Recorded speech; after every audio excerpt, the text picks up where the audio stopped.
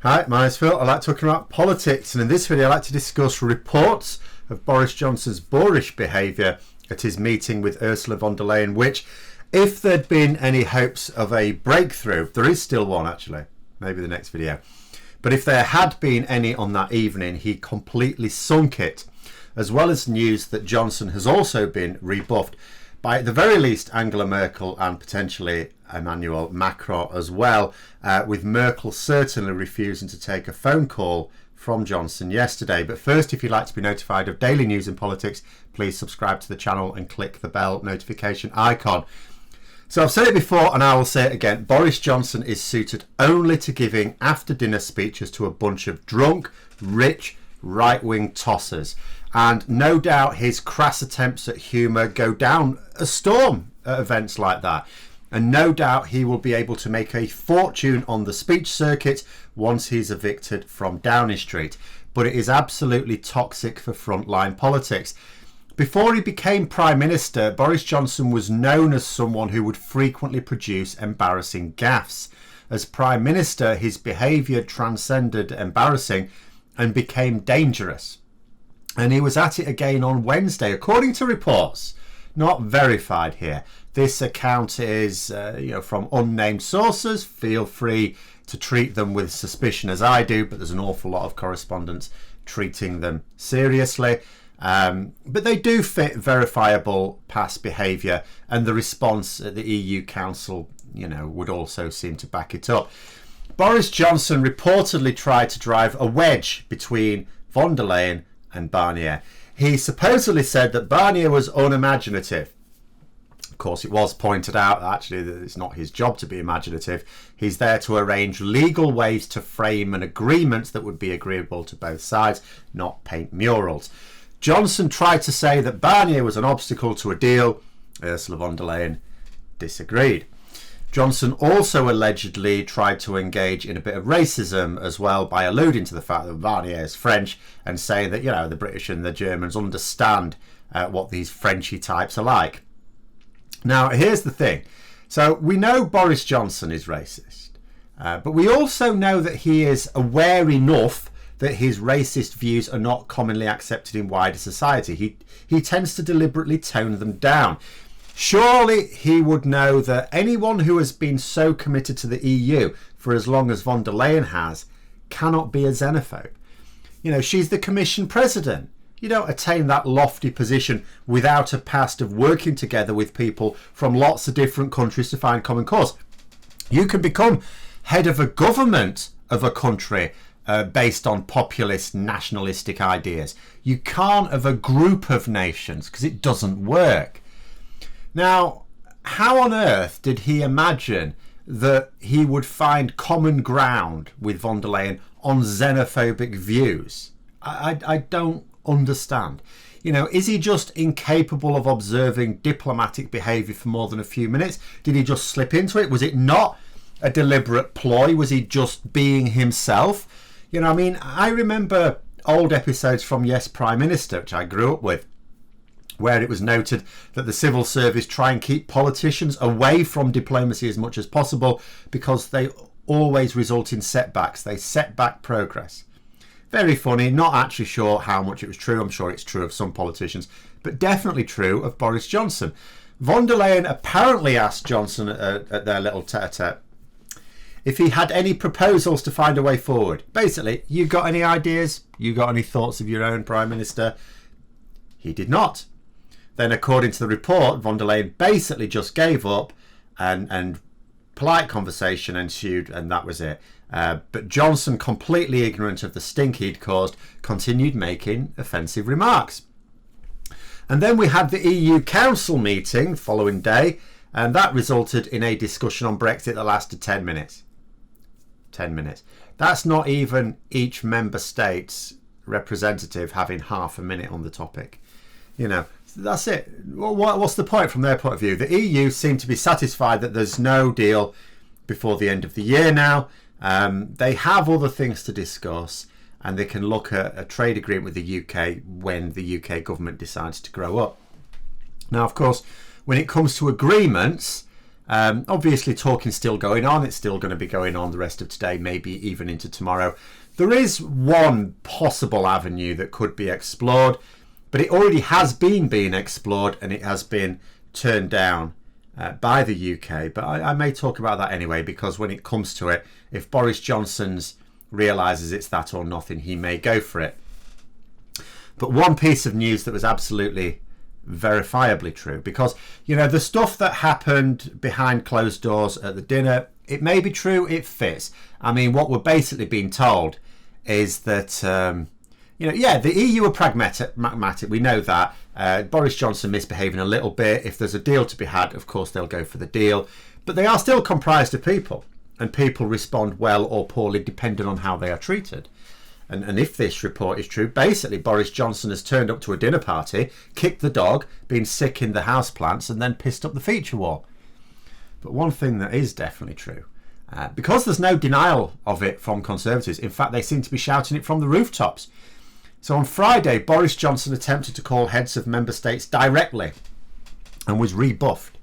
One Conservative MP was apoplectic that German Chancellor Angela Merkel should refuse to take a phone call from the British Prime Minister. And sure, this would represent potentially a serious snub under normal circumstances. But the reason, of course, is that Boris Johnson wants to talk about Brexit. He's tried to bypass Michel Barnier with the dinner with von der Leyen. Now he's trying to bypass her with a direct appeal to Angela Merkel and Emmanuel Macron. And the reason why Merkel and potentially Macron as well will have turned this down is because they've no intention of discussing Brexit with him. Do you want to talk about something else? That's fine. We're not talking about Brexit. They want the EU Commission to handle this. If Johnson wishes to discuss Brexit, he can contact Barnier, he can contact von der Leyen. The EU is speaking with one voice on this. Crass attempts at divide and rule, because that's what this is, are not going to work. And I know that people will insist that Boris Johnson never wanted a deal. For much of this year, I didn't know whether he did or he did not. I think he does want a deal. Boris Johnson is a lazy, lazy man. He's given too much of his time in the last couple of weeks, and especially in the last few days, for something he didn't want. This attempt to get through to other EU leaders, for example, in order to try and play one off against the other, is effort. It's like a panicked attempt on his part to get the deal that he knows he needs. And yes, and there are absolutely explanations that make sense in the context of him not wanting a deal as well. It's not that doesn't make sense. It just, for me, doesn't fit his behaviour. And there is benefit in him pretending that he's putting his best efforts into getting a deal without him wanting one. To deflect criticism when people see what a no-deal Brexit means in January. But the thing about trying your best is it's all very well for little Timmy in the 100 metres dash, but the public expect results with government.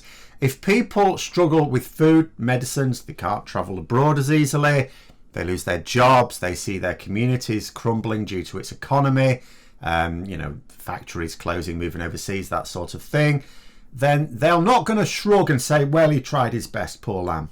No, he's a wealthy man who is not going to personally suffer from Brexit. So a load of people who are personally suffering from Brexit are not going to be impressed with anything Boris Johnson says about having tried his best. I've said before that for most people, politics goes out of the window when people's very lives are hit. Everyone has an opinion on political philosophy, whether it's considered or not. Everyone has a view. But it can go to hell if it means that their life goes down the tubes. Playing politics is something that most people only do if it's other people's lives at stake.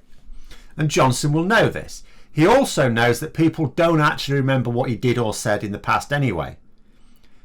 He's the guy who said that we'd give the NHS £350 million a week when we left the EU.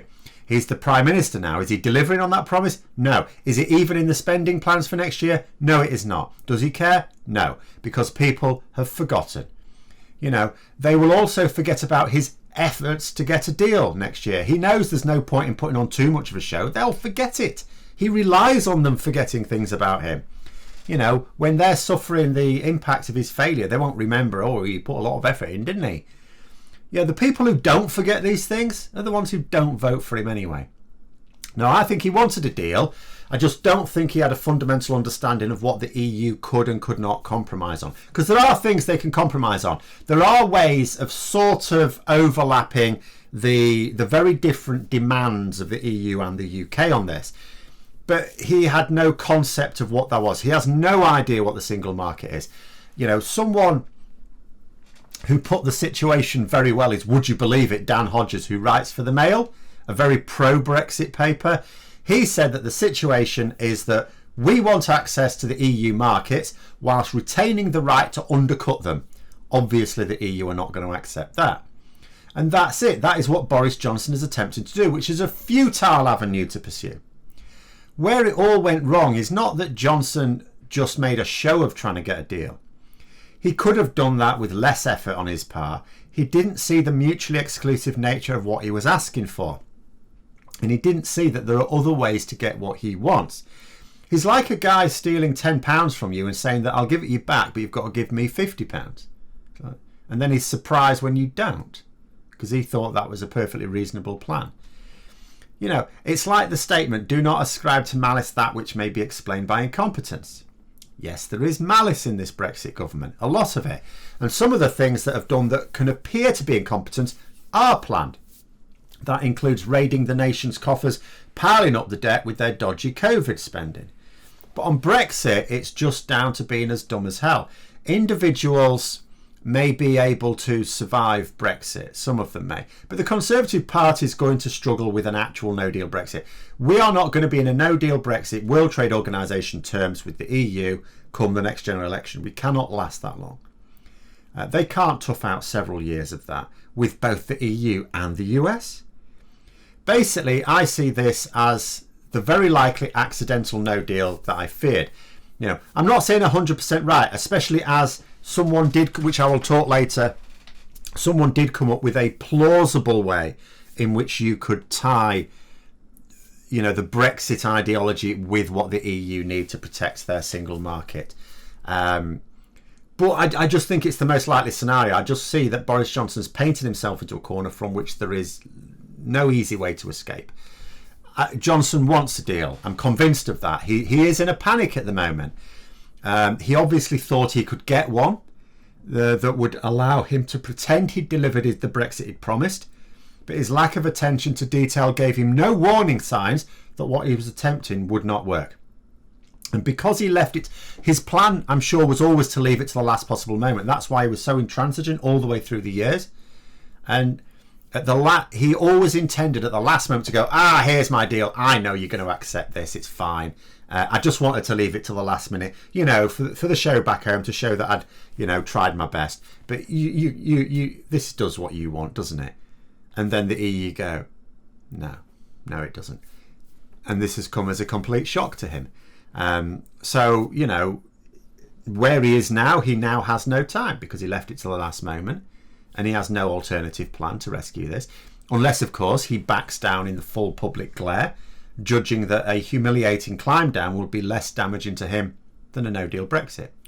But those are my thoughts. Let me know yours in the comments below. Hope you found the video interesting. If you did, don't forget to click the like button. And if you'd like to support the channel further, please also click the Patreon link for details. And until next time, I'll see you later.